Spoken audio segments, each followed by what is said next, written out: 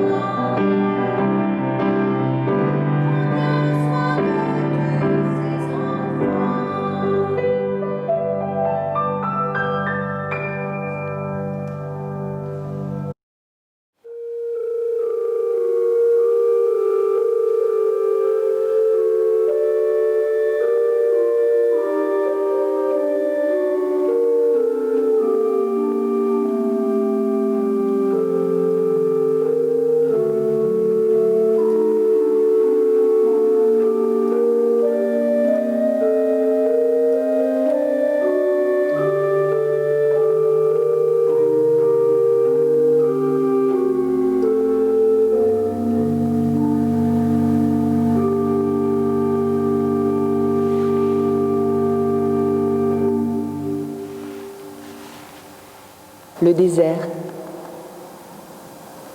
Dans le désert, il faut avancer.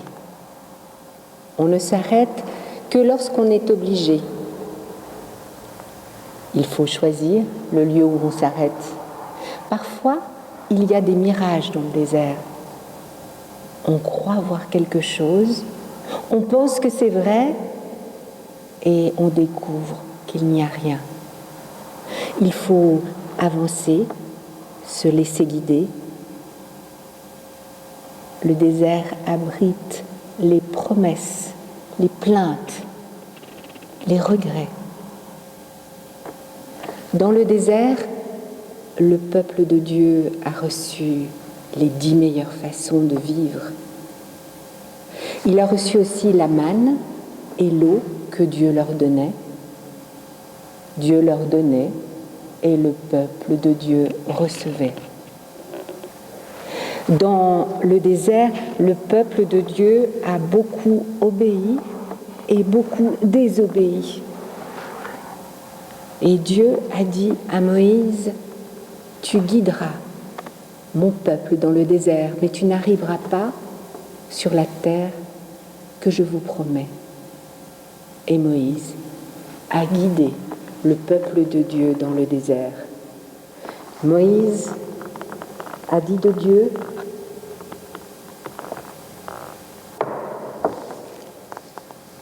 Dieu chevauche le ciel pour venir à ton aide. Il chevauche avec majesté les nuages. Le Dieu d'éternité est un refuge. Sous ses bras infinis est un abri.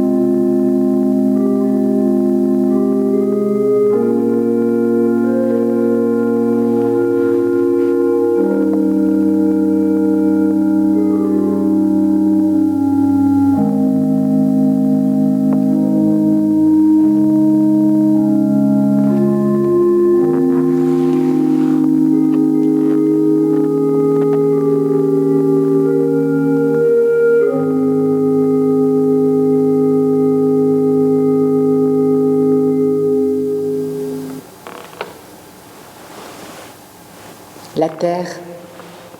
La terre, le sol sur lequel nous vivons, est fait de cette terre.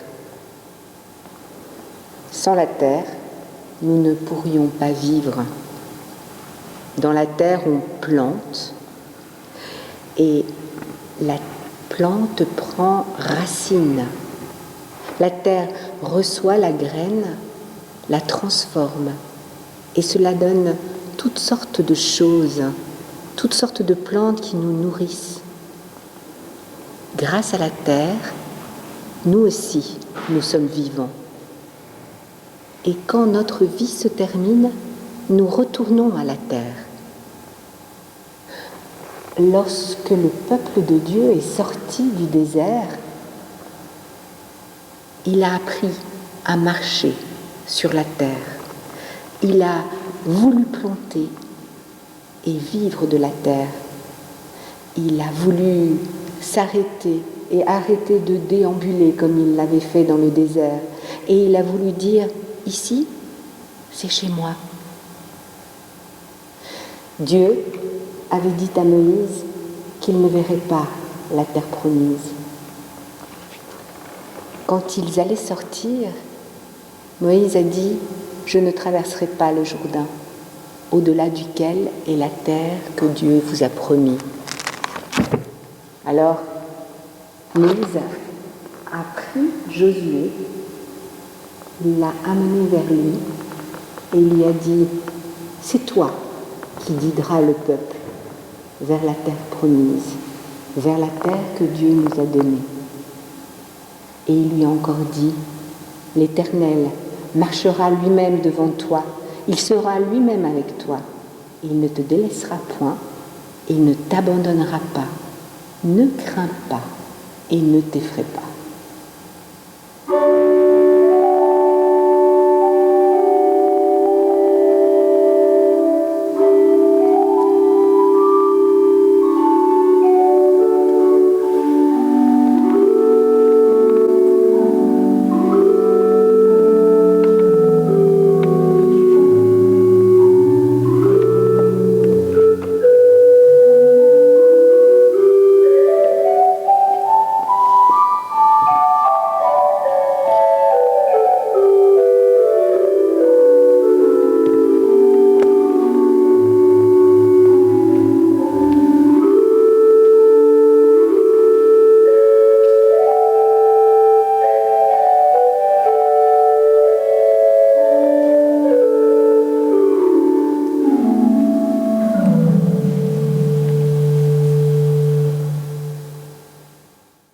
Josué passe et repasse les paroles que Dieu lui a dites. Dieu fera des merveilles. Et il le croit. Mais il se demande comment faire passer les 12 tribus d'Israël. Le Jourdain leur barre le chemin. La terre est inondée. Dieu fera des merveilles. Et Josué le croit. Et voici qu'un chemin se dessine dans le Jourdain. Dieu fera des merveilles. Et les 12 tribus vont pouvoir passer le Jourdain.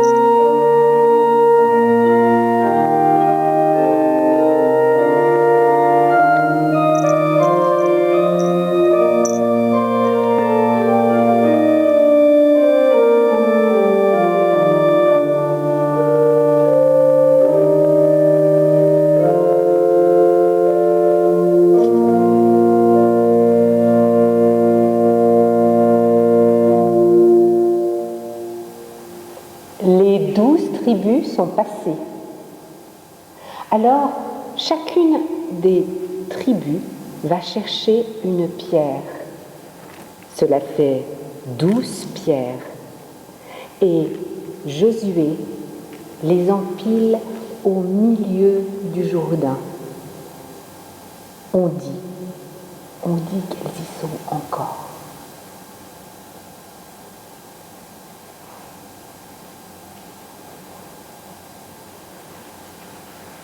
Au loin se dessinent les remparts de Jéricho.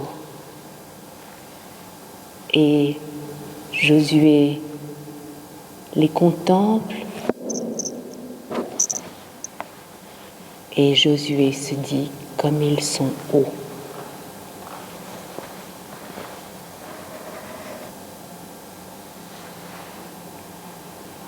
Mon Dieu, comme ces murs sont hauts. C'est là que Dieu me demande d'emmener le peuple. La ville est fermée, les portes sont fermées, nul n'entre ni ne sort. Comme ces murs sont hauts. Mais Josué se souvient, Dieu fera des merveilles, et il le croit.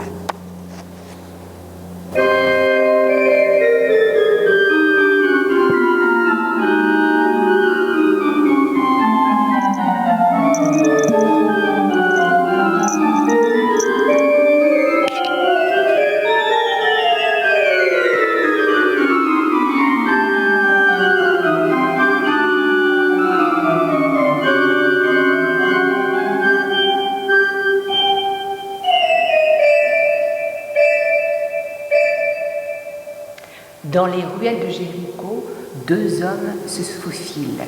Ce sont des espions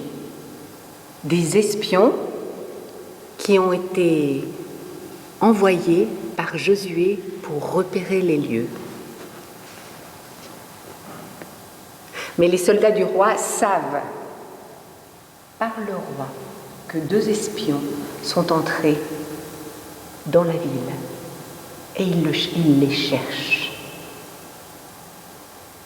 Ils les cherchent pour les tuer.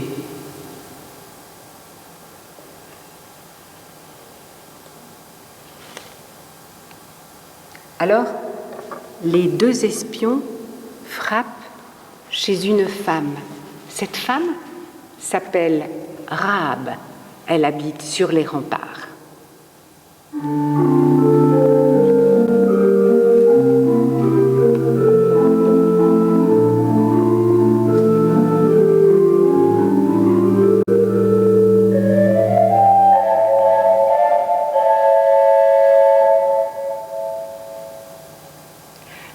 Rahab n'a pas la vie facile, mais elle accepte d'aider les espions.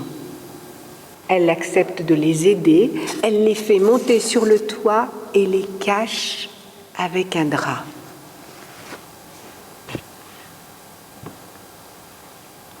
Les soldats du roi arrivent chez Rahab. Où sont les espions ? Ils sont partis avec la nuit. Les soldats du roi la croient.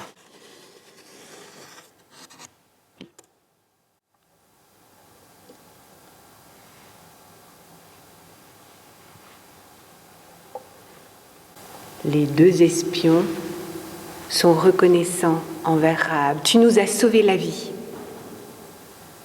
Tu nous as sauvé la vie et quand la bataille livrera Jéricho, quand l'armée attaquera Jéricho, mets un ruban rouge à ta fenêtre et tu seras épargné.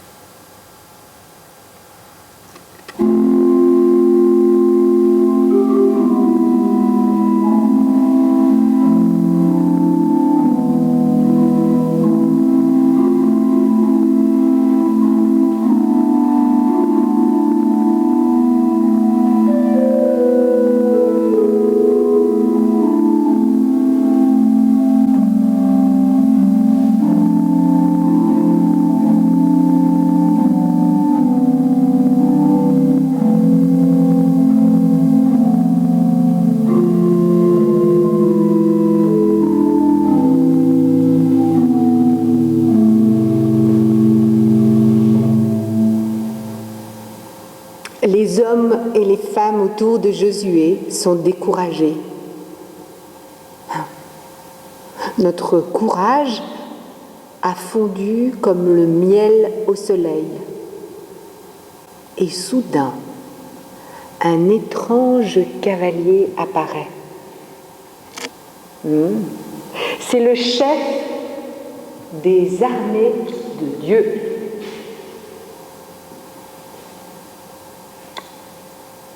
C'est peut-être un ange.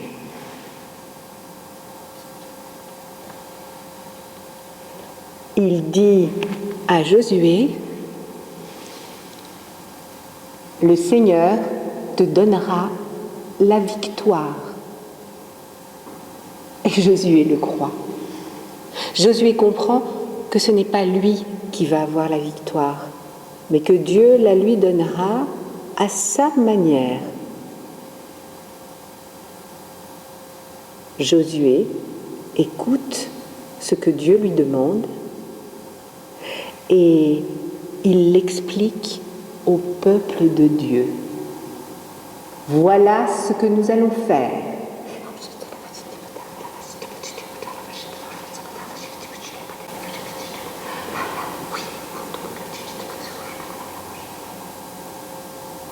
Tout est prêt. Le lendemain, les habitants de Jéricho voient passer sous leurs murailles les guerriers hébreux. Ils tournent, ils portent l'arche de l'Alliance et ils tournent. Un jour,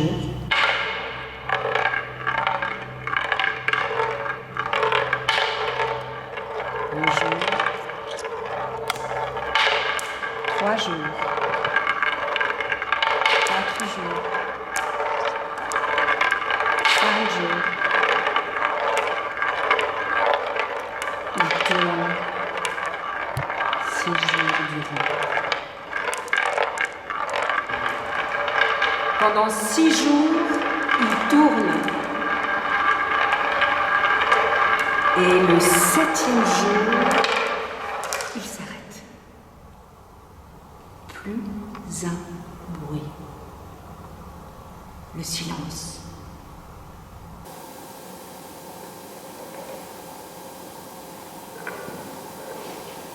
Et le 7e jour, les guerriers des Hébreux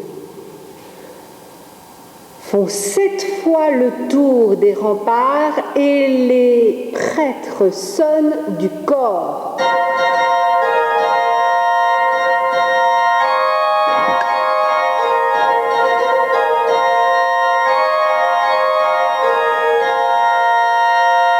Et tout le monde dans le peuple, tous, les femmes, les hommes, les enfants, les animaux, les soldats, les servantes, tous se mettent à crier à plein poumon. Et les remparts s'écroulent.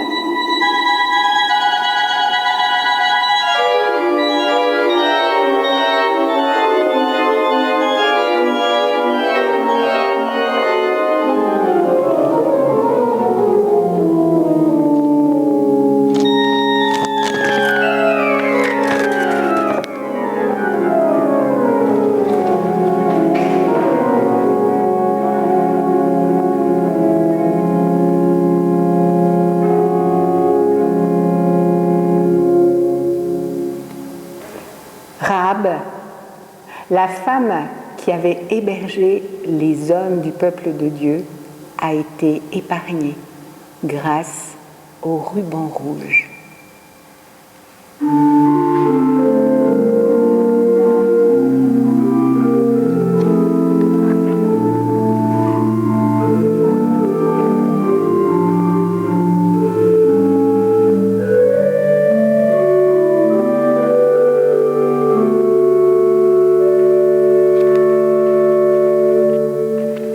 Dieu a donné la victoire à son peuple comme il l'avait promis.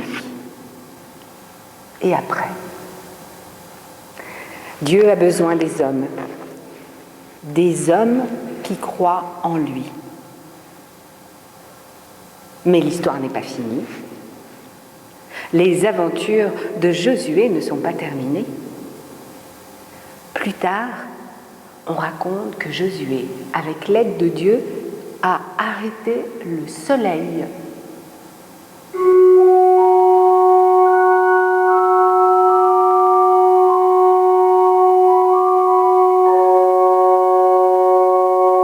Et puis, plus tard encore, on raconte qu'il a arrêté non seulement le soleil, mais la lune.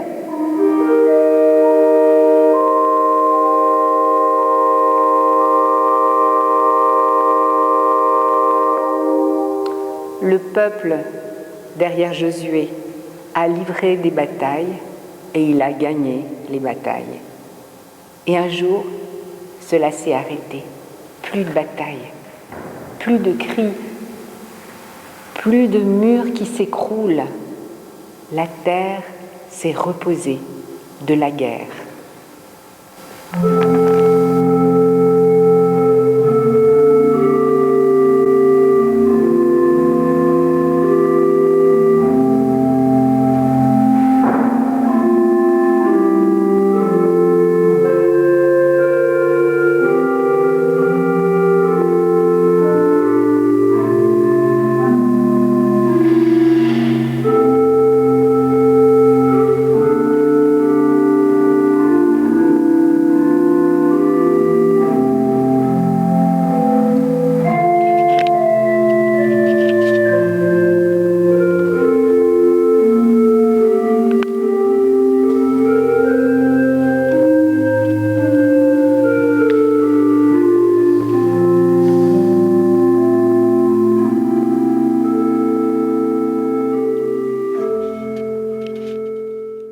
Me voici dans le coin prière que vous connaissez bien, avec les coussins que vous connaissez sur lesquels vous avez l'habitude de vous installer.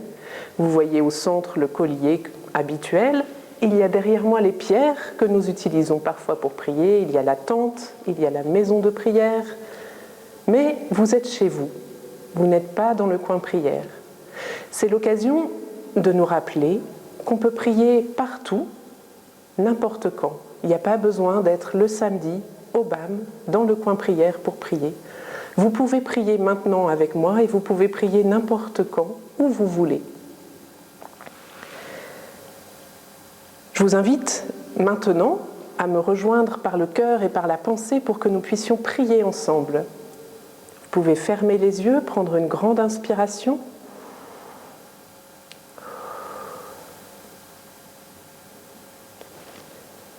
Dieu notre Père, nous te disons merci pour nos familles et nos amis, pour l'amour partagé.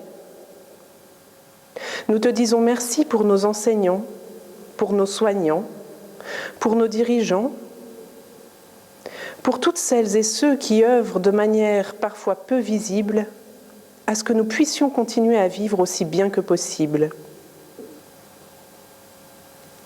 Dieu notre Père, nous te remettons nos colères, nos envies de taper, de nous battre, de crier. Aide-nous à transformer cette énergie en travail pour la justice, pour la paix.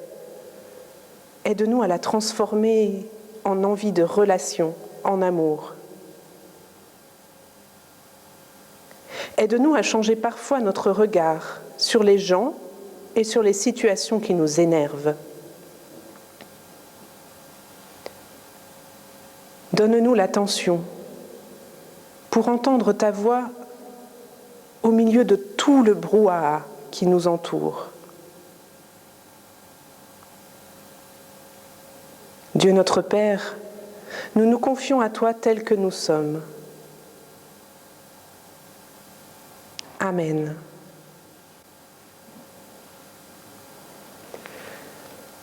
Vos parents ont reçu, avec le message et le lien pour cette vidéo, la petite prière pour le verre à prière. Vous pouvez leur demander de l'imprimer pour vous. Je vous la lis maintenant. Tu m'appelles, Seigneur, me voici. Je t'écoute. Que veux-tu pour moi? Je m'en remets à toi. J'ai confiance en toi. J'ai commencé un grand voyage, le voyage de ma vie. Seigneur, je te le confie. L'Éternel te dit ce qu'il a dit à Josué.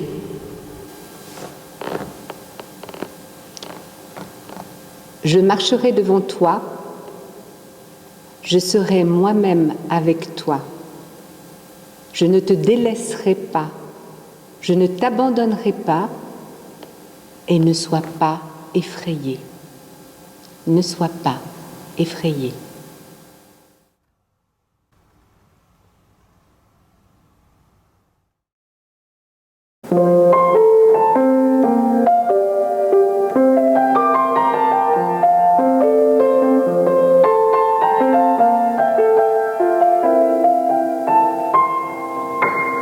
Rien ne pourra jamais nous séparer de l'amour donné.